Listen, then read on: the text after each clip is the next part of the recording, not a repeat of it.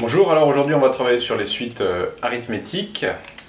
Alors, une suite arithmétique, qu'est-ce que c'est? Donc c'est des suites très particulières du monde des suites. Je vais vous en donner deux exemples pour essayer de les identifier un petit peu mieux. Alors, si je prends l'exemple de 5, 8, 11, 14, voici un exemple de suite arithmétique, j'en prends un autre. 5, 1, moins 3, moins 7, etc.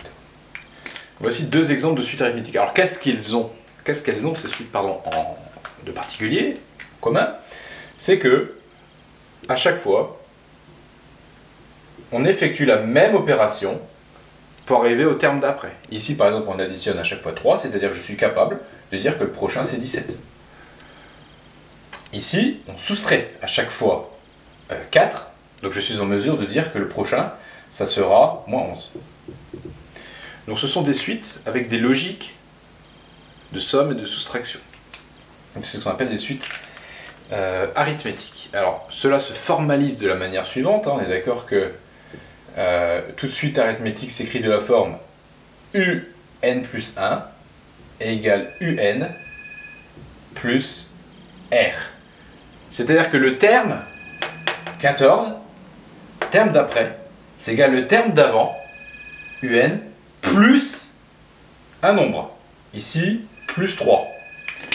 Donc cette suite-là s'écrira, par exemple, pourra s'écrire de la manière suivante, parce qu'on ne va pas à chaque fois écrire l'infinité de termes, hein, on va résumer tout ça de la manière suivante. UN plus 1, c'est égal à UN, plus 3. Ça ne suffit pas. Si je dis UN plus 1 égale UN plus 3, est-ce que je définis cette suite-là? Pas tout à fait. Il faut que je précise également le premier terme. Ici, le premier terme vaut 2. Et une fois que j'ai donné le premier terme, eh ben je sais que le suivant s'obtient en ajoutant 3 à chaque fois. Donc avec ça, je caractérise la première suite. De la même manière, la suite numéro 2 va se caractériser en commençant à 5 et en ayant à chaque fois une raison. On appelle ça la raison, hein, c'est-à-dire le terme qui permet de passer d'un terme de la suite à l'autre. Ici, c'est moins 4. Donc voilà comment cette suite définit celle-ci. C'est histoire de donner une écriture beaucoup plus synthétique à cette suite de nombres. Donc ça, c'est ce qu'on appelle la définition, donc les termes de la suite, et ici la raison, qui est un nombre réel. Dès qu'on a une écriture de cette forme-là, on a une suite dite arithmétique. Alors, on a également une formule, c'est-à-dire qui découle de celle-ci, qui va dire que UN, c'est le premier terme. Alors, U0 ou U1, ça dépend de l'énoncé, plus n fois la raison. Alors ça, c'est extrêmement compréhensible.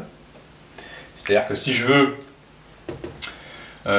ici par exemple U0, U1, U2, U3, U4, si je veux U4, directement, ben, je sais qu'il faut que je parte de U0 et que je rajoute une fois, deux fois, trois fois, quatre fois la raison. C'est-à-dire que ici, je pourrais écrire que U4, c'est U0 plus 4 fois la raison. Alors la raison ici, c'est 4 fois 3. On va mettre 4 fois R, on va détailler. U0, c'est 2. Plus 4 fois 3, c'est 12. Donc 2 plus 12, ça fait bien 14. Et je trouve comme ça le cinquième terme, U4, je le trouve directement grâce à ma petite formule. Et je peux calculer de manière très rapide, comme ça, U indice 100, U indice 1000, etc., etc. Donc ça, ce sont les deux formules qui vont être très importantes à retenir dans le chapitre sur les suites arithmétiques. Donc je vous conseille de bien les mémoriser. Alors effectivement, après, si on commence à U indice 1, alors on va peut-être changer de tableau. Hop. Donc une formule équivalente, c'est U indice n. Si je commence à U indice 1, eh bien j'aurai à additionner moins de termes, hein, bien évidemment.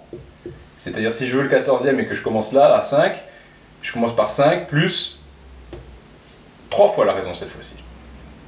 Donc ça, c'est une formule qui doit permettre de calculer UN en commençant par U1. Alors il y a des formules beaucoup plus générales hein, qui permettent de calculer UN à partir de U indice K, mais on verra ça dans les exercices. Donc voilà pour ce qui est des deux formules importantes à retenir dans le chapitre sur les suites arithmétiques.